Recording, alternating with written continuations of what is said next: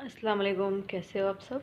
उम्मीद है आप सब अच्छे होंगे और हम सब भी अच्छे हैं। सारा सामान वैसे ही रात में छोड़ के सो गई थी। दिमाग ख़राब करके रखा है सबने, वैसे ही सबको रख के सो गए थे।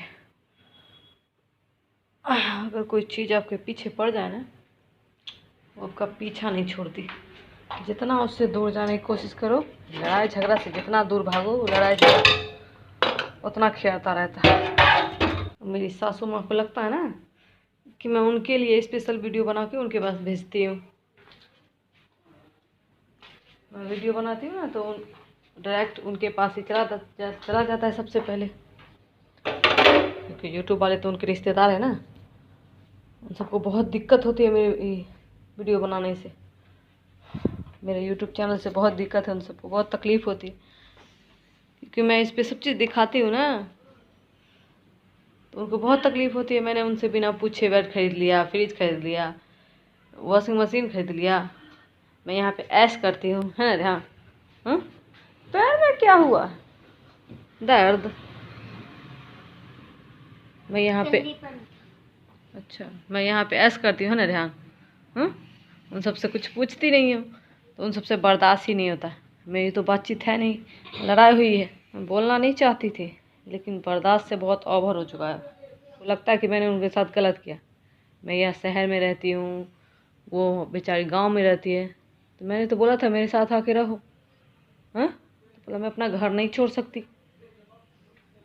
दो बेटा है, पुतोह है, उन सबके साथ रहती है। यहाँ नहीं आना तो फिर मुझे क्यों परेशान करती है इतना?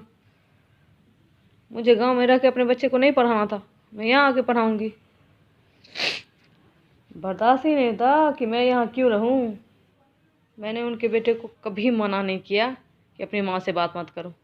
मुझे क्या ज़रूरत है, उसकी माँ है, बात करो। हाँ? कभी नहीं ना, मैंने अपने बच्चे को कभी मना किया कि तुम दादी से मत बात करो। मना किया मैंने? उन सबको खुद ही नहीं बात।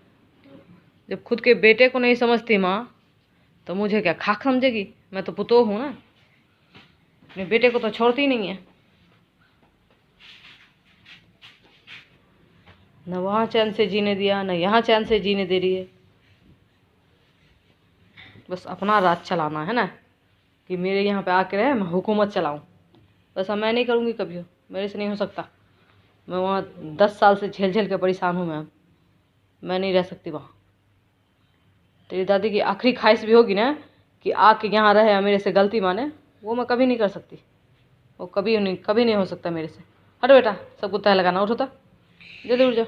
मुझसे नहीं होने वाला है, चाहे कुछ भी हो जाए। मेरी कोई गलती ही नहीं है, तो मैं क्यों माफ़ी मांगूँ?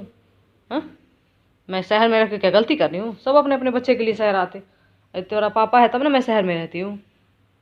मेरा पापा भी पहले नागपुर में रहता था, तो मैं नागपुर में पढ़ाई करती थी। हैं? जब वो गांव गए तो मैं गांव में पढ़ाई करने लगी। पकड़ो, इसमें गलती किसकी है? मेरी कोई गलती ही नहीं है। सबको ढोल बजा बजा के बोलती थी बदमाश है, बदमाश है। बदमाश भी तो उन सबको देख के ही बनता है। कोई अपने मायके से बदमाश बन के नहीं आता, ससुराल वाले सबको बदमाश बना देते हैं। अगर सब अपना मुंह बंद नहीं करेंगे ना, तो फिर मुझे भी मुंह खोलना आता है। तेरी दादी को लगता है कि मैंने तेरे पापा के ऊपर जादू टोना किया है, तो तेरी दादी से बड़ी कोई वो नहीं है कि जादू टोना का वो नहीं जानती होगी। जाके कटवा लो जादू टोना। मैंने कौन सा मना किया है कि मत कटवाओ जादू टोना? जाके कटवा लो। सबका जादू टोना कराती फिरती है, किस किस पे कराया है, किसको क्या क्या है, मुझे मतलब पता नहीं है क्या? मुझे सब पता है। मैं वहाँ पे ना रह रह के सब चीज़ जान गई हूँ, और रग रग से वाकिफ़ हो चुकी हूँ मैं। कटा लो जाके जादू टोना, मैंने कौन सा मना किया? आदमी के पास दिमाग है, जादू टोना आजकल के ज़माना में नहीं चलता है कि नहीं? सबके पास अपना अपना दिमाग है। नहीं, मेरे साथ तेरे पापा यहाँ रहते ना, तो मैंने उनको जादू टोना करके अपने बस में कर रखा। समझा? सोच ही गलत है ना। असल बात थोड़ी पढ़ी लिखी रहती तब ना, वो तो है नहीं। यही होता है जब थोड़ा पढ़ा लिखा इंसान का शादी सबसे जाहिल घर में हो जाए, यही होता है।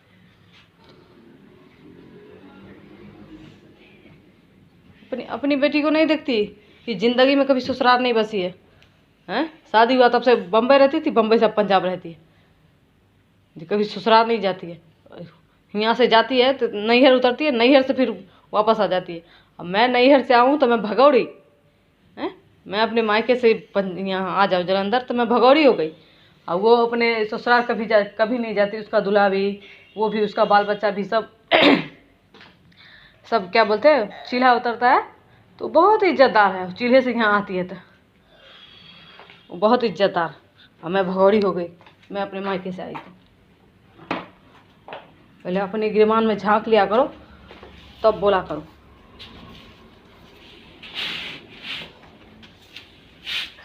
अपनी बेटी अपनी है, लेकिन दूसरे की बेटी के साथ कुछ भी करना है, कुछ भी बोलना है, पूरी दुनिया के सामने ढूंढो पिट पिट के बताना है नंगटीन बदमाश है। अपनी बेटी जो एक दिन भी ससुराल नहीं बसी ना तो बहुत शरीफ है, बहुत अच्छी है। बस मैं बदमाश हूँ। जब मैं बदमाश हूँ तो मुझे क्यों रखना अपने पास? फिर इतनी जिद क्यों लगी है कि उसको मैं यहाँ मंगा के रहूँगी? किस चीज़ की जिद? बदमाश आदमी से तो लोग दूर भागता है ना। तो बदमाश बनाने में ससुराल वाले का ही हाथ होता है। कोई अपने मायके से बदमाश बन के नहीं आता, सबको ससुराल वाले बदमाश बनाते हैं। ये लड़की देखती है ना, जैसे वो सब कर रहे हैं वैसे ही रहना पड़ेगा, नहीं तो कोई चैन से रहने नहीं देता ससुराल में।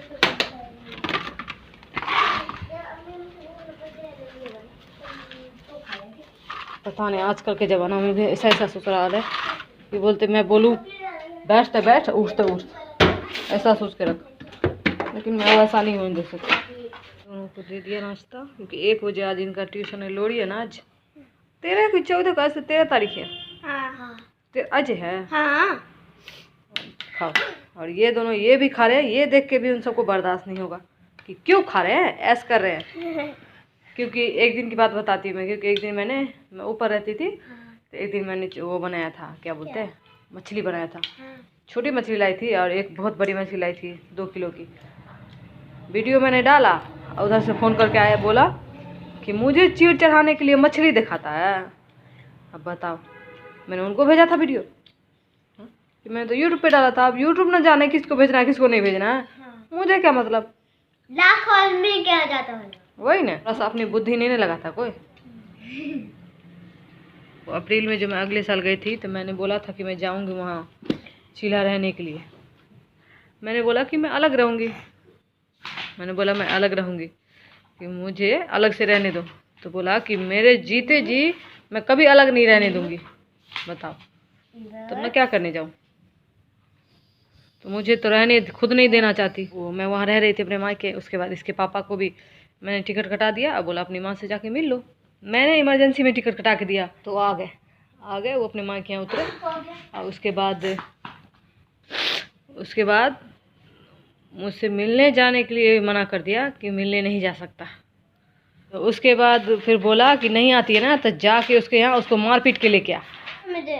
तो फिर रेहान के पापा को बोला कि मैं तेरी ना दूसरी शादी कर देती हूँ और तू उसको ना अपने मायके छोड़ दे और दोनों बच्चे को लेके आ जा। मतलब मेरे जीते जी दूसरी शादी करवा रही थी। मैंने लड़की भी देख रखी है तो दूसरी शादी कर ले। तो तेरे पापा ने मना कर दिया, बोला नहीं मुझे नहीं करना है, मेरे पास 2 बच्चे हैं, मैं ऐसे कैसे छोड़ दूँगा। बोला कि सबको, कि गाँव वाले को बोल दूँगी मैं कि लड़की ख़राब थी, अब मैंने इसीलिए दोनों बच्चे को ले लिया और उसके बाद उसकी शादी करा दी। अगर आप गांव से हो ना तो आप जानते होंगे कि क्या बोलते हैं, गांव की लड़की को ना शादी करके बस इसीलिए ले जाया जाता है कि वो सास ससुर की सेवा करे, खेती बाड़ी का काम करे और सास ससुर की हुकूमत के बिना अपनी कदम घर से बाहर नहीं रखे। इतनी जोर ज़बरदस्ती के साथ घर में रखा जाता है, कहीं अपनी मर्जी से जा नहीं सकते, आ नहीं सकते, और बिना लड़ाई झगड़े के तो उसको मायके भी नहीं जाने दिया जाता। मेरे साथ तो ऐसा ही होता, कभी भी मुझे बिना लड़ाई झगड़े के मुझे मायके नहीं जाने दिया। ऐसा लगता है जैसे हमें खरीद के लाए होंगे, गुलाम बना के रखना है बस, यही चाहते हैं। जैसे लगता है मैं कैद में, जेल में बंद हूँ, वैसे ही।